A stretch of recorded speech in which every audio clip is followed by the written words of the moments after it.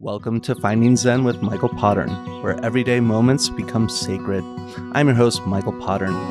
Together, we explore how presence shows up in people's lives and the quiet gifts they reveal themselves to be when we truly pay attention. So take a breath, settle in, and let's hear what presence has to say.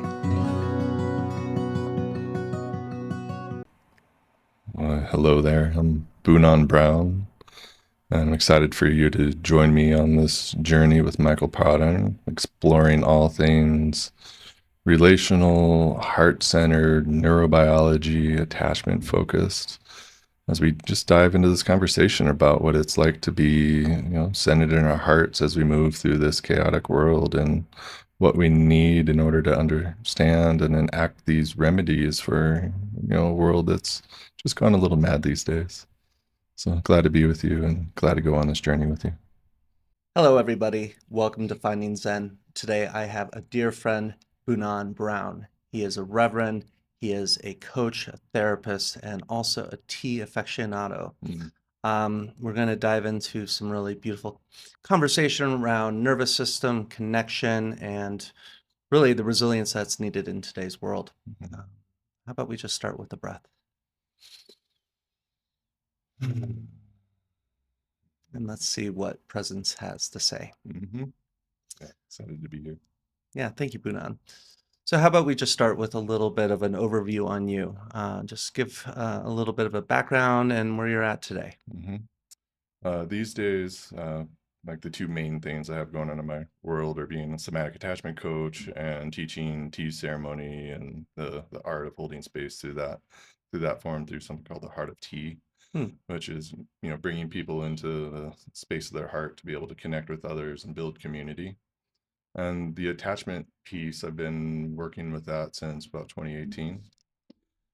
And once I really discovered what like real deal attachment work was and started getting under the hood with all the neurobiology pieces and really recognizing that it's the very foundational component of our sense of self, I say I've been hooked ever since and been building a lot of community around that and doing a lot of teaching, but then also one-on-one and couples work to be able to dive in and actually repair this thing.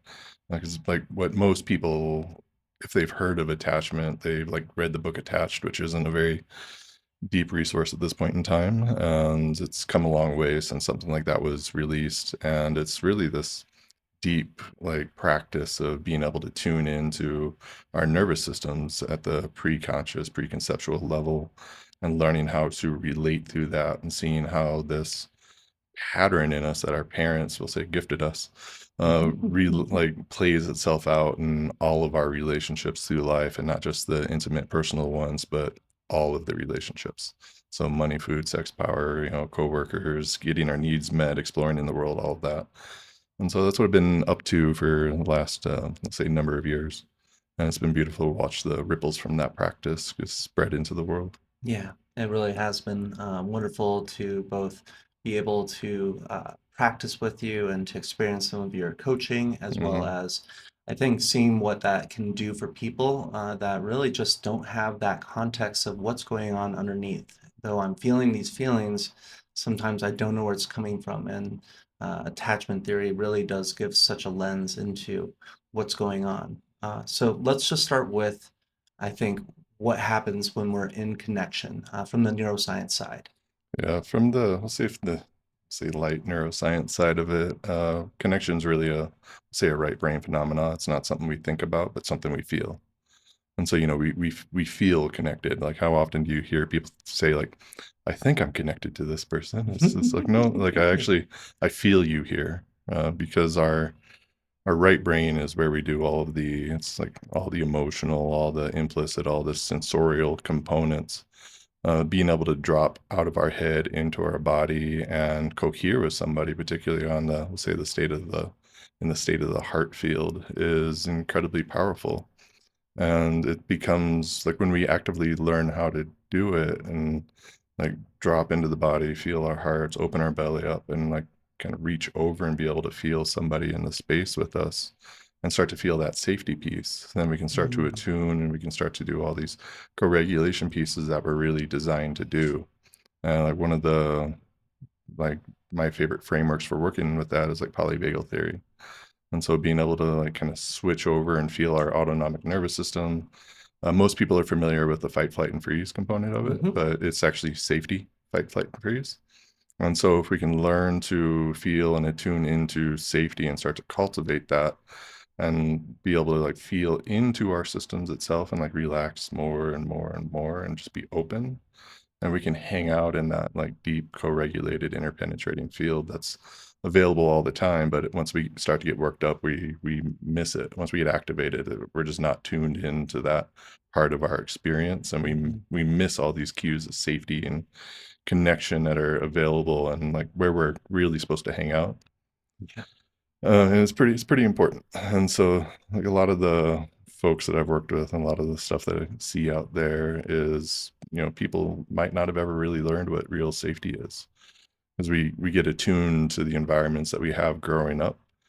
And if we just never really had like really attuned and loving and protective and safe parents, we just don't have that set point of like, oh, this is what connection can be. Hmm.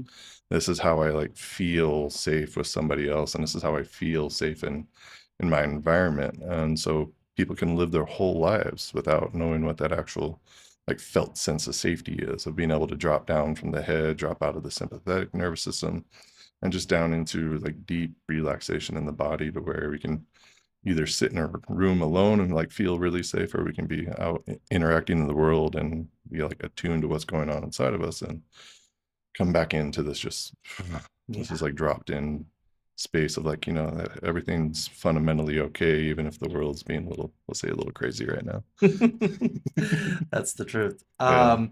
But I will reflect that because you're really talking about the foundation of, how do we show up in the world and how do we perceive the world? Hmm. And I think that's really what I love most about this podcast is finding Zen is really needing to have that regulated nervous system in order to do any of these other things. It's kind of Hmm. like building, a house of cards. If you're not really in a state of regulation, and Hmm. especially moving forward into a world that's not so much the doer, it's more, I think, and I'm hoping the inspirer, the thinker, the renaissance. Hmm. That's just going to be such a meaningful tool to have. Hmm.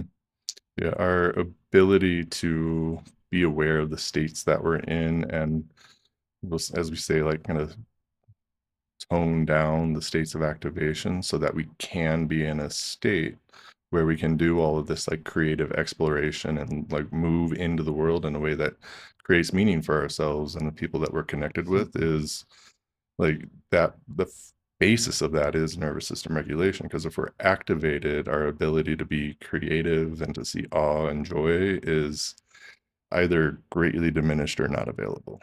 And so that being able to start to be aware and become, let's say, like nervous system literate or like emotional state literate, and like know these resourcing things that keep us in a place of safety and resilience and allow us to deal with the stressors in our lives without getting, let's say, activated to a place where we can't actually create life in the ways that we want to is really fundamental part of the work. And with attachment work, seeing people get back into their creativity and their exploration in the world is like one of the big hallmarks Yeah. of that work is working. It's like what you want to see people doing. And if, if somebody's not in that place, it's really, really hard for them to. And then then people get into all these fun little shame loops and self-critic loops of I'm not doing the things I'm supposed to be doing. And it's like, well, uh, let's take some deep breaths and start to like really get you into your body. So then those other systems start to come online. it's such a beautiful way to, I think, reassign what true success is for personal, Hmm. I think, awareness of, how do we want not only our careers to show up, but our life, our Hmm. family, our relationships, and even just our time when we're alone. And Hmm. can I find childlike wonder? Can I find curiosity, even when maybe the environment isn't so peaceful and calm? Hmm. Um, and then, so we're talking about connection. What happens when we're out of connection, when we're in separation? What's going on there? Uh, Generally, if people are, I'll say activated and trying to, they'll usually be trying to use what they learned when they were really, really young to self-soothe. And a lot of times in our, in our culture, the things that we learned along that journey aren't the best things to use to self-soothe. All the alcohol and phone time and just addictive things. Like when we feel disconnected from other people, we're generally not in a place of safety. So we're trying to soothe ourselves in the best ways that we know how. And a lot of times those aren't the most constructive thing for us. Yeah. And so being able to kind of flip that lens back into like, oh, how am I feeling right now? Oh, I don't actually feel very connected. I feel disconnected, and recognizing that that's just a state in our system. And it's like, oh, I don't feel connected to the world right now. Let me use that as my own kind of, let's say, pink flag to look back and be like, what do I need right now in order to actually move towards this state of connection or interconnectedness, which is, fundamentally available at all times, because we are profoundly interconnected with each other in all things, but we haven't been like taught how to see and feel that experience. And so being able to recognize when we don't, ideally we've done some foundational work ahead of time to like start to see those things that help us feel connected, whether it's like being in nature, petting our dog or cats, or like finding the beauty in the world that we can have as a reprieve, even if it's a plant in the room or just a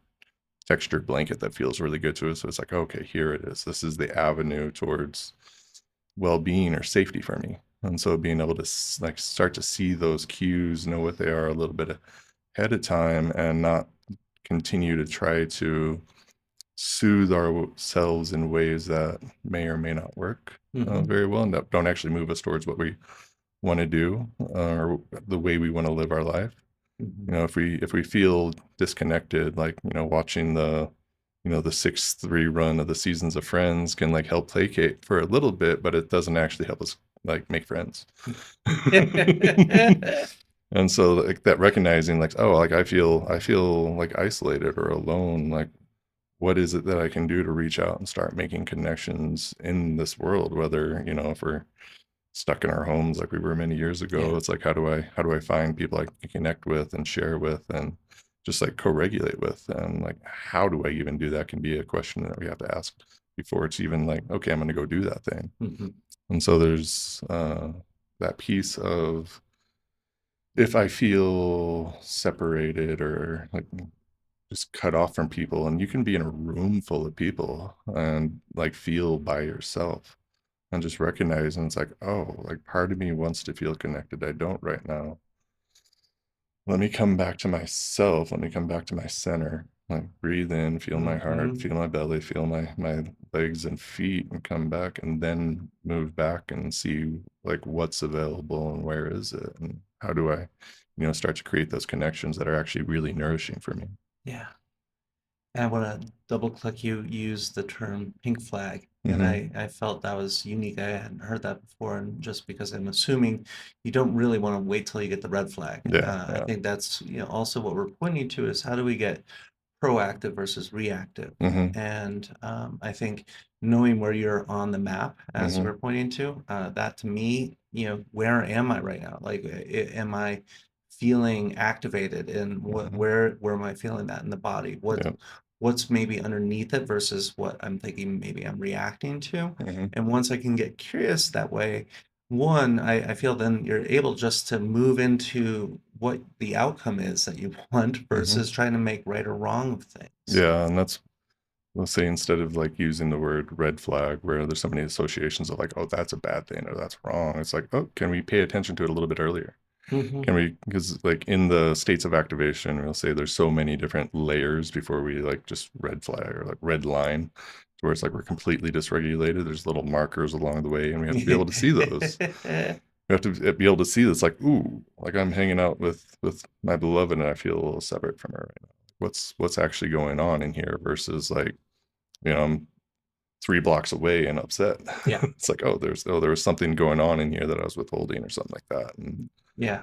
Just getting space doesn't usually always solve the things. You got to no, show no, up it's and yeah, it's one method, but it's not the yeah, it's not the entirety of the method. And exactly. so being able to see those little things before they become big things, and be gentle with ourselves along the way. Like a lot of what I teach people is self-compassion work Hmm. from the beginning, because a lot of folks have pretty harsh inner critics, and when we start to look at ourselves and either see that inner narrative that's a little bit, I'll say, hostile, or seeing the things that are like, I don't want it to be that way, and then bringing in more hostility towards ourselves in that way isn't, say, the answer. Yeah. Yeah.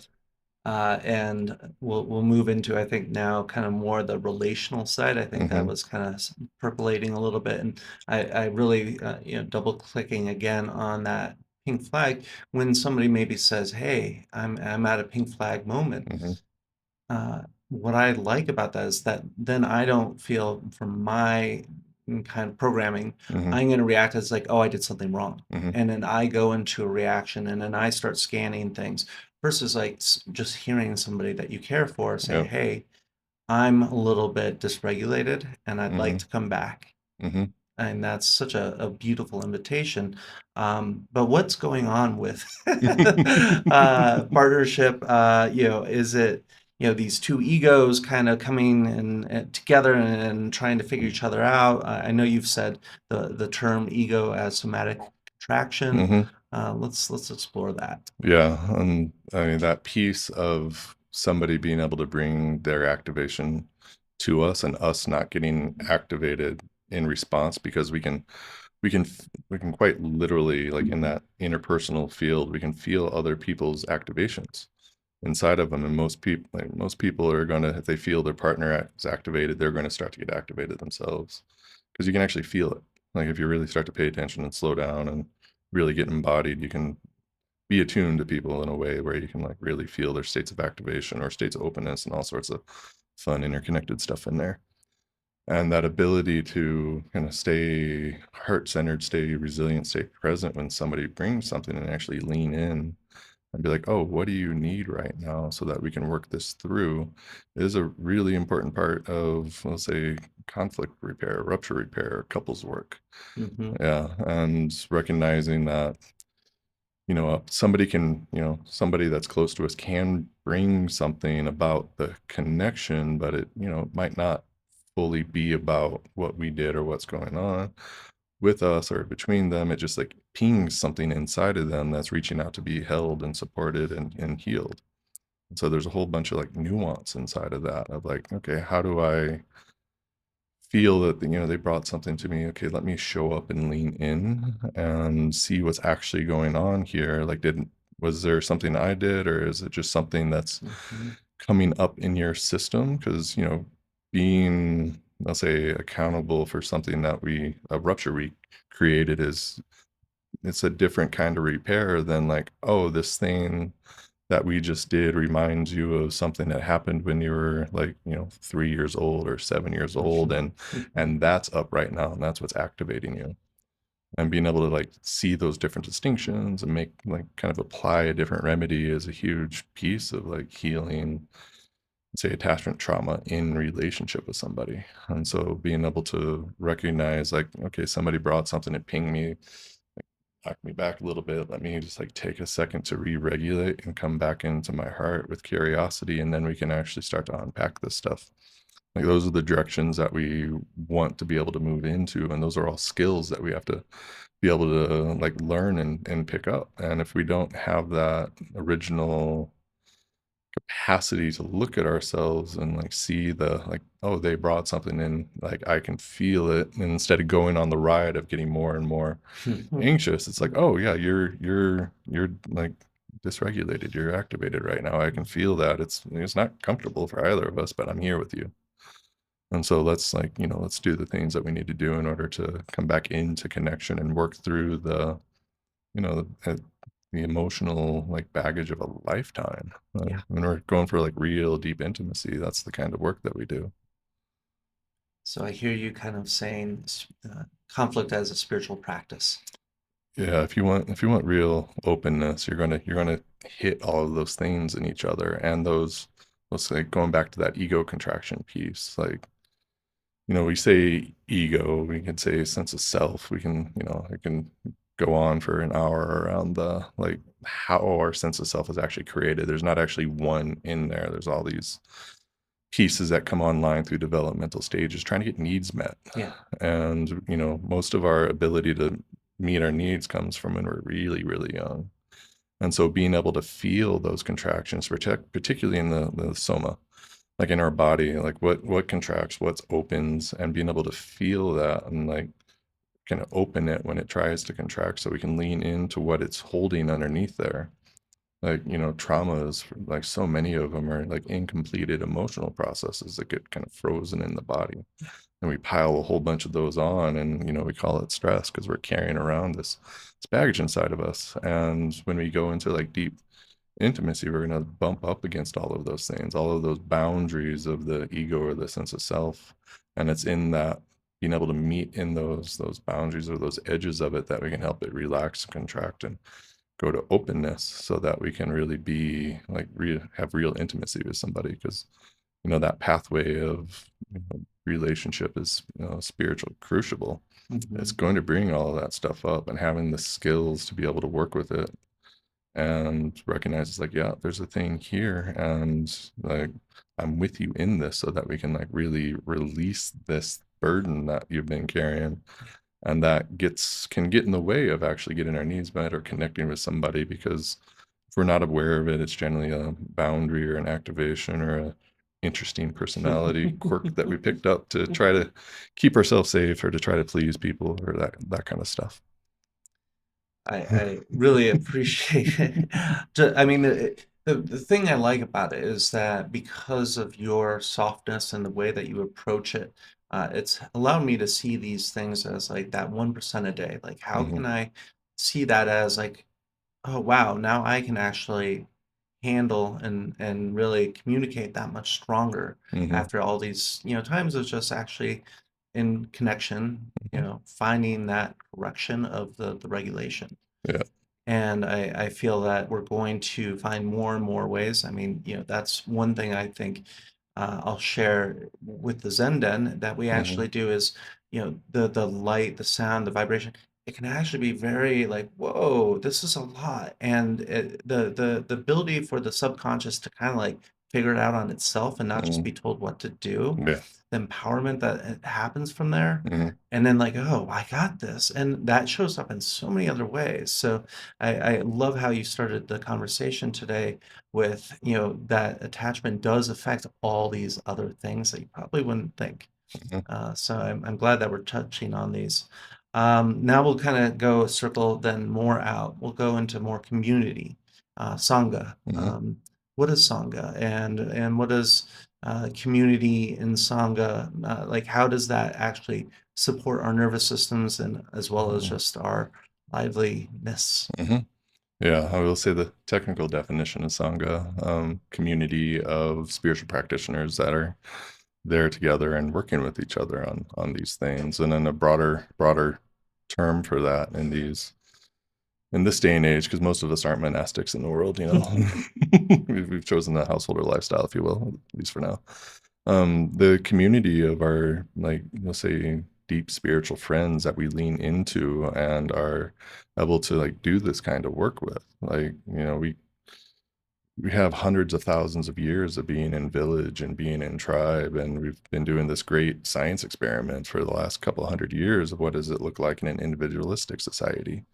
Mhm. And we're very much in a stage in so many ways where it's like, okay, we see the unhealthy components of this, and what's that kind of next step in cultural or communal evolution to being able to be connected with people, and not just because we work together or we're on the same sports team or we're go to the same church. It's just like, oh, because we actually want to be connected and we want to see each other, and we're at least in the communities I run in, we're doing a lot of healing work together, being able to repair from lifetime of trauma and intergenerational Yeah. trauma that gets passed down, and being able to know who are our people to turn to, both when things are really good and when things are tough, is like this, say, this stage of development's sangha, Mhm. and being able to really identify like who are my close people and who are the people that I really want to have around in order to support the well-being of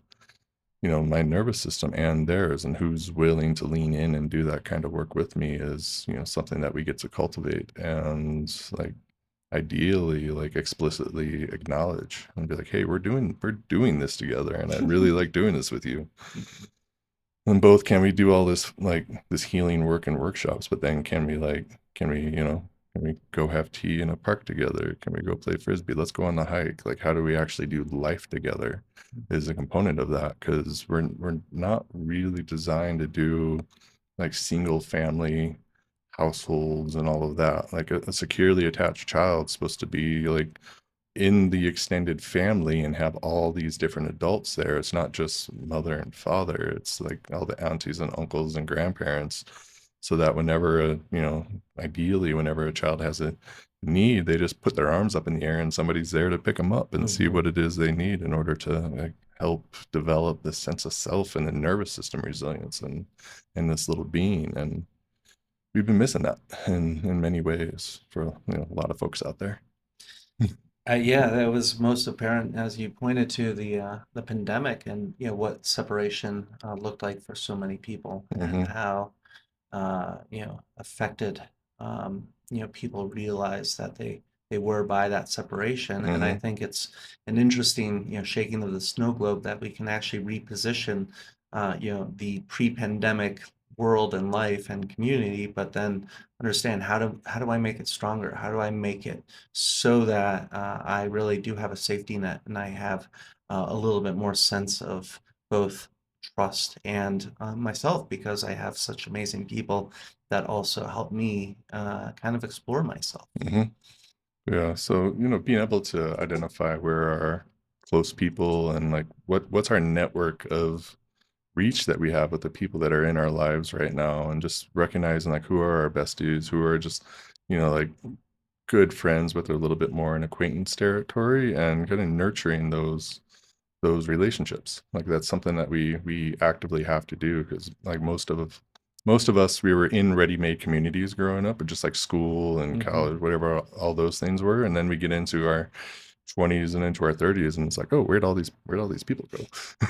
I used to have a lot more friends, and people Yeah. have moved and all of that, and it's a process of being able to like recognize and identify like, okay, who do I want to have close, Yeah. whose nervous system do I feel regulated with, and what can we do in order to actually like do life together, like whether it's like, you know s- go to Costco and share things together. That's one level of it, but like let's have our like at least monthly meals together. Let's connect at a coffee shop and just talk about life. Let's connect on phone or on Zoom and just Yeah. actively share and really let people in and like be invested in their life, being invested in them, being invested in ours, and being able to like share in that community together. Like it's something we have to actively do instead of just being like, oh, I see him at trivia every other month. Yeah. I guess they're friends. Well, and I like that you're pointing to something. I lived in Chicago for a number of years, and I used to think Chicago was my community, and Hmm. I knew all these people, and it felt alive, and it was real estate, so that was productive and meaningful. But Hmm. I see now that this modern Sangha that we're talking about can be men's group. It can Hmm. be still those. I have a yearly cabin trip with three other of my favorite guys from Hmm. college, Yeah. but we do that so we maintain that relationship and we inspire each other, and it's really a more of a kind of hackathon of what's the best practices and things that we're learning, but Hmm. also seeing each other of this many years now. We know we've been archivists of each other, and Hmm. so the insights you can get just really continue to add so much joy, Hmm. and really I think a true feeling of content. Hmm. Yeah, we'll say the first men's group I was a part of went for about 9 years. And these days I host attachment focused men's group, and don't I don't believe any man should be in a relationship kind of unsupervised. So it's good to have a crew of guys to watch over us as we go through and be able to process all the pieces. And so like having those kind of long standing deep relationships and having these different circles of people, like we can feel like a place like Chicago's home, but that doesn't mean we're like like Chicago doesn't know you intimately on like who you are and like who you're trying to become, and having people that can support you in that journey is Yeah. incredibly important because we don't go far by ourselves. We're not meant to be lone wolves, as you say. We're very much meant to be like in packs of humans, and being able to identify the people that are the kind of people that we want to be, and like can like celebrate us in our wins and be there to hold us in our sorrows, because being able to be sad and be in grief and to fall apart in somebody's arms is a whole lot better and a lot less painful than trying to do it on our own. The world is a little crazy right now, but as BuNan was just sharing with us, the real shift often happens somewhere quieter, in presence, in listening, in the simple moment where we finally slow down enough to reconnect. That's the space we try to create at the Denver Zen Den.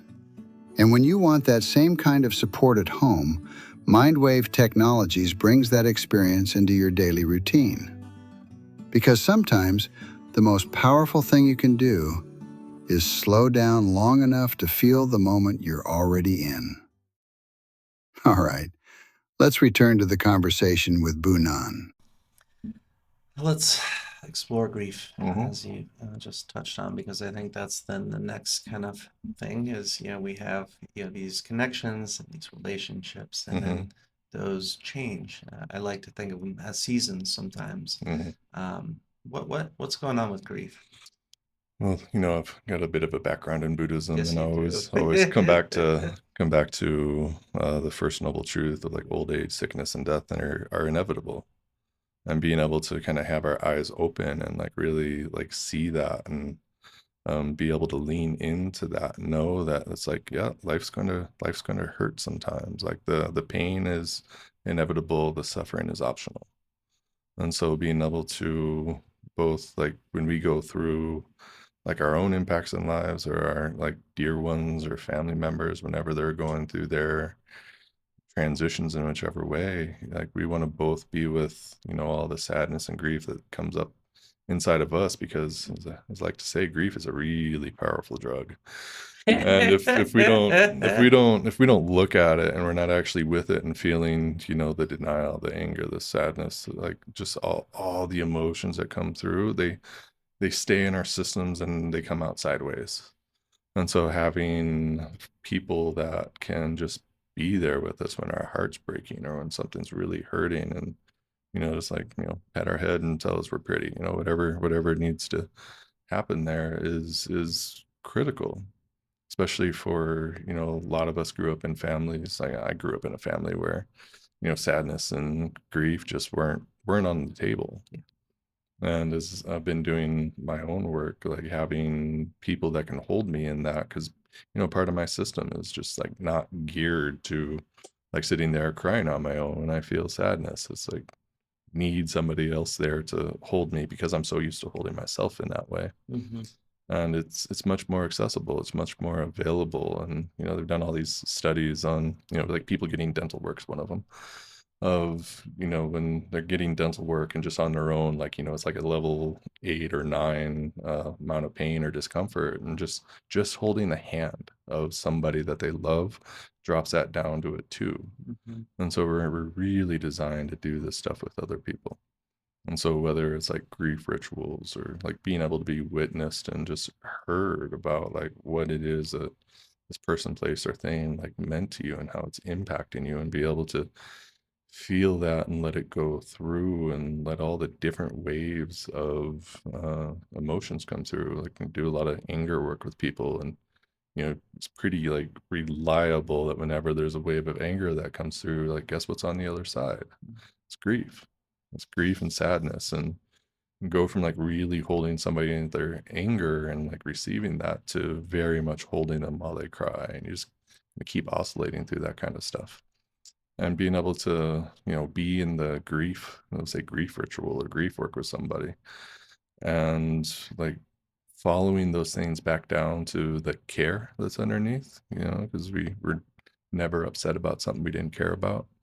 But being able to find like, yeah, what did this thing mean to you, or what was this to you? Who is this person to you? And being able to just be with that and help somebody process through is just what we all need in so many ways. Mhm. And that ability to like really feel the care that we have for, our loved ones, or the grief that we feel from, this all the things that are going on in the world. Like, can we actually feel our heart underneath, and not just like we want to feel the stuff that's on top of that, but coming back to that place of care underneath all of that, and recognize that, okay, like my heart is like touching this. And Mm. whether it's something that's being lost, or a transition, or a shift of identity, loss of a job, family member, whatever, like being able to have somebody there so that we're not alone. And especially if we like have that deep capacity for co-regulation, where it's like, oh, I feel really safe with this person. So I can just let it go, and I can just let it move through. Like those are, if we had, let's say, like grief centers around, somebody can take that idea and run with it if they want. Of places like, oh, this is where, this is some place we can go to actually like move this stuff through.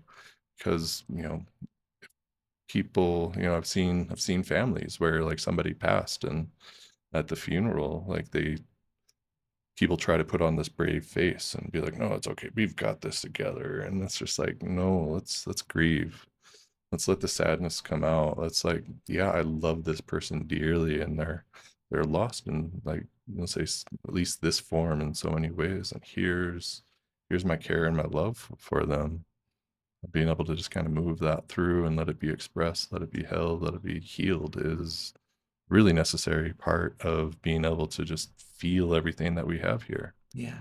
Yeah. And I think it's important because you did a really beautiful job of explaining kind of what's going on for the person moving through the grief. And Mhm. we touch on how others can potentially really be supportive in that. But I think also when you're a friend for somebody who's going through grief, it can get overwhelming. It's like, what do I do? And Mhm. it sometimes, are you okay? And I know that that actually doesn't really help, Yeah. because you're really not showing up in a way that's being supportive. What would you recommend for, friends, lovers that are showing up for their ones that they care for when they're Yeah. going through something? Yeah, that main piece is just presence. Like, can I, like, when somebody is really in a deep state of grief or heartbreak, there's not really much you can do. Yeah.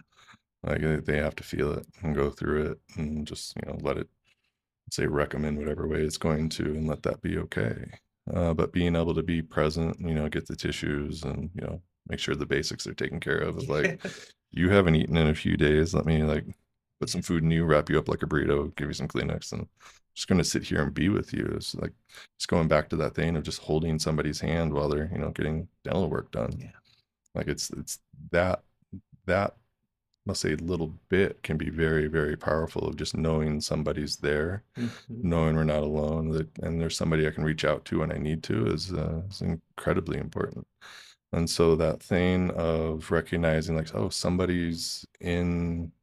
they're in a state of grief or sadness, and those things are inevitable in life. Like, things are going to keep coming up, and being able to recognize it's like, oh, I don't need to do anything except be centered, and like feel my own heart, feel the love I have for this person, and share in that. Because like that ability to be in our own like state of care, like somebody's nervous system, whether they are aware of it or not, can feel that, Yeah. and they can borrow that, and they can like go deeper into processing than they would by themselves. And we just stay there and like be in that space with them, be like, yeah, I've got you. Like, Yeah. yeah. And just saying, I don't know what to do besides just be here. Hmm. And I think, not trying to fix and not Yeah. trying to Yeah. get into those things where I think maybe that was my programming as a Hmm. child, it's like, how do we just take care of this? So Hmm. you got comfort Hmm. and these things that I do feel that we're supposed to feel the full spectrum Hmm. of life. Yeah. And it does become a little bit more palpable when we have the sweetness of our community. Hmm. Yeah, goes a Uh, long way.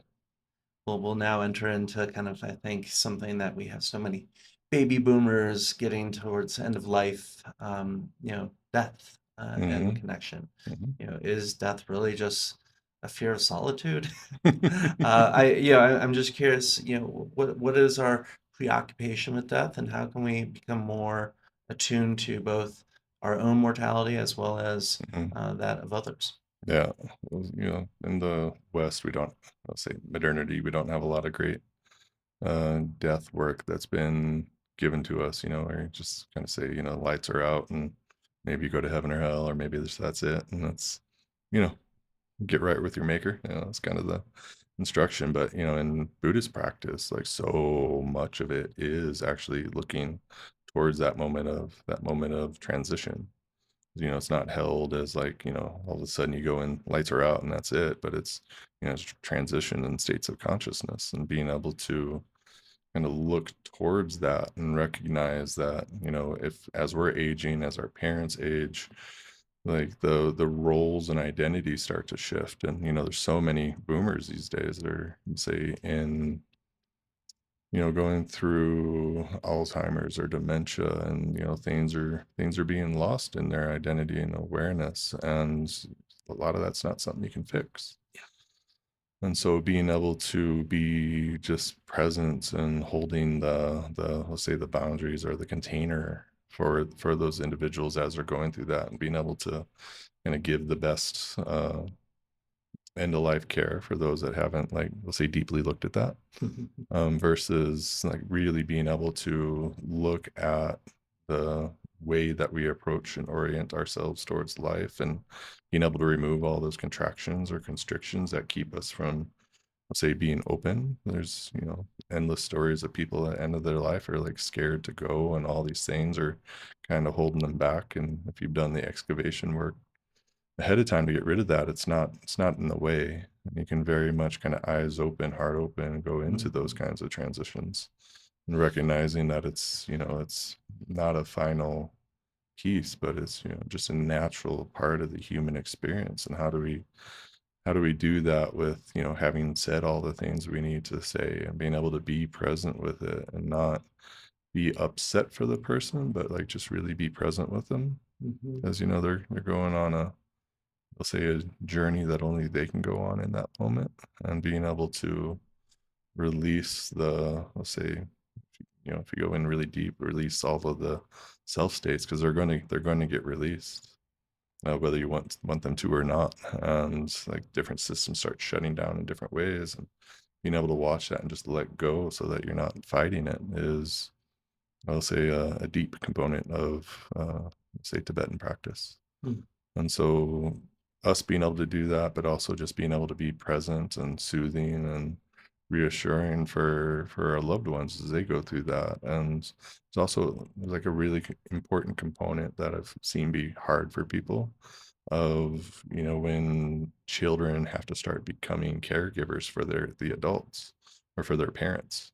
And it switches the dynamic. And if people don't see that like the identity switch of like, oh, okay, now they're not my parent anymore. I'm their caretaker in this stage of life. It can be really hard for people because they're used to their parent being a certain way. Mhm. And then, as we get into old age, and things start to kind of shut off over time, the ability for the parent to be who we knew them to be isn't there anymore. And being able to like recognize like, oh, okay. And ideally have the conversations of like, someday you're going to be, old age and sickness and death are going to come for you. Like, how do you want me to like care for you and show up for you? And in those, during those times is, important conversations that we're not given a lot of guidance into having. It's definitely something that I think we're all going to be touching into in our own, lives, one way or another. Hmm. And it's just meaningful to have these conversations, to even just start to kind of get curious again Hmm. with how do I feel I'm going to show up? Hmm. Is there things that I want to do, before our time is done? Hmm. And is there anything I want to let go? Hmm. Yeah. Uh, I'm going to ask as we kind of wind down the conversation today, because I think we went through a kind of a great spectrum of how does connection show up and how does that really become a tool in our lives. Hmm. But because I know tea is such a special thing and I think it can be such a personal thing, Hmm. I'd love if we just kind of ended with how somebody can use tea as a practice to find Zen in any moment, Hmm. because I think we forget that tea really can be that conduit and a tool, Hmm. not just a nice beverage. Yeah, yeah. So, It's not something we just try to drink in the morning to get the engines going. And most people don't really recognize or don't know, haven't been introduced to like the fact that in China and in the East, like tea's been a medicine for thousands and thousands of years. It's not just a hot beverage that we enjoy every with tea and milk, and it's not maybe an iced tea that we get, but when you get into like really beautiful teas, like being able to give yourself just that little bit of space in the morning. And we talk about 3 bowls of tea and silence while just feeling into what's here, like giving ourselves that ritualistic or ceremonial space to feel what is and open up our relationship to this plant spirit medicine that can be very much a teacher. Like really high quality teas have let's say teachings inside of them, and it's in the silences that comes through. And so being able to give ourselves a little bit of quiet space where most people just wake up and go go go, but really being able to feel in like, okay, what's here, what am I actually like sitting with, and like, can I, if we're sharing tea with another person, like, can we sit there in silence and, breathe into the heart, breathe into the belly, and feel the connection that's here with each other and with life itself. And like, as we deepen into that practice, the tea bowls or the teacups become portals mhm. into deeper connection. Like it's a profound practice of opening to subtlety, and particularly through the heart. If we learn how to be in this vast field of the somatic heart and be able to feel care, it's something that we can generate and cultivate both for ourselves and for the world at large.